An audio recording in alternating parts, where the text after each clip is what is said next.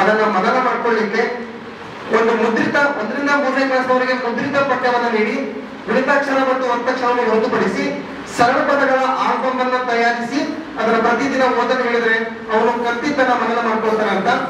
Next 1ರಿಂದ ಮತ್ತೆ 3ನೇ ತರಗತಿಯವರಿಗೆ ವಿಭಿನ್ನ ಸನ್ನಿವೇಶಗಳ ಚಿತ್ರಪಟವನ್ನು ಕೊಟ್ಟು ಅದನ್ನ ಸರಳೀಕೃತವಾಗಿ ಜೋಡಿಸಲು ಕೂಡ ನಾವು ಹೇಳ್ಬೋದು. ನೆಕ್ಸ್ಟ್ 5, 6, 7ನೇ ತರಗತಿಯವರಿಗೆ ಸರಳೀಕೃತ ಸನ್ನಿವೇಶಗಳ ಬಗ್ಗೆ ತನ್ನದೇ ಮಾತುಗಳಲ್ಲಿ ವ್ಯಕ್ತಪಡಿಸಲು ಅವರಿಗೆ ಅವಕಾಶವನ್ನ ಮಾಡಿಕೊಡ್ಬೇಕು.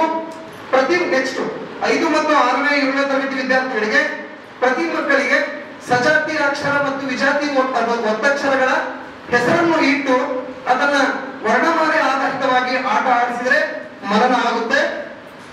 ನೆಕ್ಸ್ಟ್ ಮಕ್ಕಳಿಗೆ ಒಂದು ಸನ್ನಿವೇಶದ ಚಿತ್ರಪಟವನ್ನು ನೀಡಿ ಆ ಚಿತ್ರಪಟದ ಸನ್ನಿವೇಶದ ಕುರಿತು ಅವನದೇ ಮಾತುಗಳಲ್ಲಿ ಅವನನ್ನ ಬರೆಸಿದ್ರೆ ಆ FNL ಕಲ್ತಿದ್ದು ಮನನವಾಗುತ್ತೆ ಅಂತ ಹೇಳ್ಬೋದು.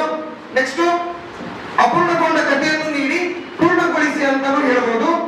ನೆಕ್ಸ್ಟ್ ಶುದ್ಧ ಬರಹ ಮತ್ತು ಅಶುದ್ಧ ಬರಹಗಳ ಚಾರ್ಟ್ ಅನ್ನು ನಾವೇ ನೀಡಿ ಒಬ್ಬ ವಿದ್ಯಾರ್ಥಿ ನಾಯಕನನ್ನಾಗಿ ಮಾಡಿ ಆ ಶುದ್ಧ ಮತ್ತು ಅಶುದ್ಧ ಬರಹವನ್ನು ಬೇರ್ಪಡಿಸಂತ ಹೇಳಿ ನಾವು ಅದರ ಉಸ್ತುವಾರಿಯನ್ನು ವಹಿಸಬಹುದು.